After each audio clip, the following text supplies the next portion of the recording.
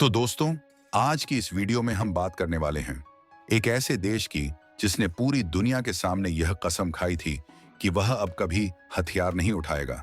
लेकिन आज हालात ऐसे बन चुके हैं कि उसी देश को मजबूरी में फिर से अपनी सैन्य ताकत बढ़ाने के बारे में सोचना पड़ रहा है। हम बात कर रहे हैं जापान के इतिहास के उस मोड़ की जहां शांति की कस्में टूट रही हैं।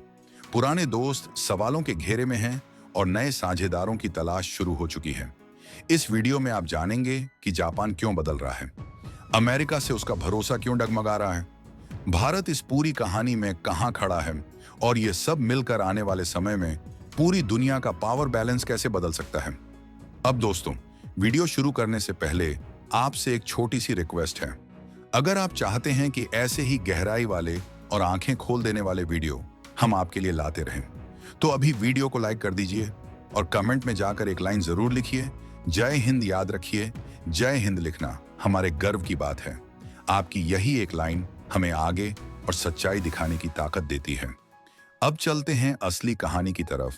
इतिहास कभी सीधी लाइन में नहीं चलता, वह घूमता है, पलटता है और कई बार ऐसे मोड़ पर लाकर खड़ा कर देता है जहां सबसे शांत दिखने वाला देश भी हथियार उठाने पर मजबूर हो जाता है। द्वितीय विश्व युद्ध के दौर को याद कीजिए, जब अमेरिका और जापान एक दूसरे के सबसे बड़े दुश्मन थे।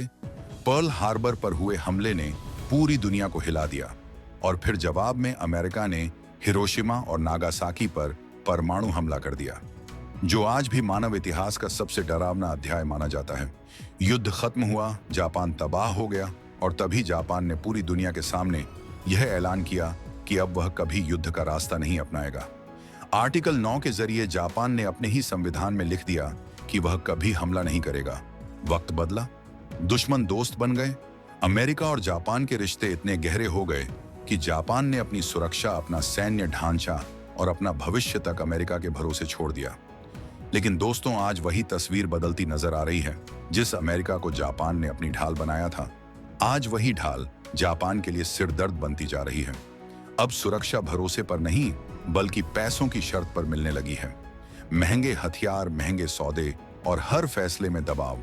यहीं से जापान को यह एहसास हुआ कि किसी और के भरोसे देश हमेशा सुरक्षित नहीं रह सकता। ये बात बहुत ध्यान से समझिए। जापान कमजोर इसलिए नहीं दिखता क्योंकि उसके पास ताकत नहीं है।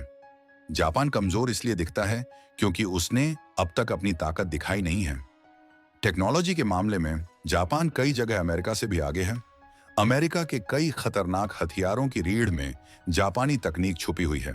चाहे इंजन टेक्नोलॉजी हो, हाई प्रिसिजन मैन्युफैक्चरिंग हो या इलेक्ट्रॉनिक सिस्टम, जापान की पनडुब्बियां महीनों तक बिना सतह पर आए दुश्मन के नीचे घूम सकती हैं। उसकी सबमरीन और युद्धपोत तकनीक दुनिया की सबसे एडवांस मानी जाती है। फर्क सिर्फ इतना है कि जापान ने यह सारी ताकत सिर्फ आत्मरक्षा के लिए तैयार की थी। तलवार हाथ में थी लेकिन म्यान से बाहर नहीं निकाली गई। अब सवाल यह है, अगर हालात ने जापान को मजबूर कर दिया तो क्या वह तलवार बाहर आएगी, और अगर आई तो क्या दुनिया संभाल पाएगी? यहीं से भारत की एंट्री होती है। जब भरोसा टूटता है और दोस्त बोझ बन जाता है तो जापान को एक नाम बार बार याद आता है। भारत। अब जापान अपने दरवाजे सिर्फ अमेरिका के लिए नहीं बल्कि भारत जैसे भरोसेमंद देशों के लिए खोल रहा है। जापान ने चीन के खिलाफ पहली बार खुलकर मल्टी डोमेन इंटीग्रेशन की रणनीति की बात की है, यानी जमीन, समुद्र, हवा, अंतरिक्ष और साइबर सब कुछ एक ही नेटवर्क में जुड़ा होगा। जो देखेगा वही तुरंत हमला करवा सकेगा। और दिलचस्प बात यह है कि जिस दिशा में जापान अब सोच रहा है, भारत उस रास्ते पर पहले ही चल चुका है।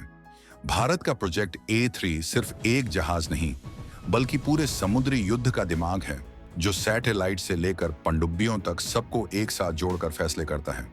2030 तक यह सिस्टम पूरी तरह ऑपरेशनल हो जाएगा। वहीं दूसरी तरफ जापान ने भी चीन से निपटने के लिए प्रोजेक्ट शील्ड लॉन्च किया है, जिसमें हजारों ड्रोन हवा, समुद्र और पानी के नीचे तैनात किए जाएंगे। यह रणनीति यूक्रेन युद्ध से प्रेरित है, जहां सस्ते ड्रोन ने महंगे हथियारों को तबाह कर दिया। जापान तुर्की और इजराइल जैसे देशों से ड्रोन टेक्नोलॉजी पर बातचीत कर रहा है और साथ ही रेलगन जैसी भविष्य की तकनीक में भी अमेरिका से आगे निकल चुका है।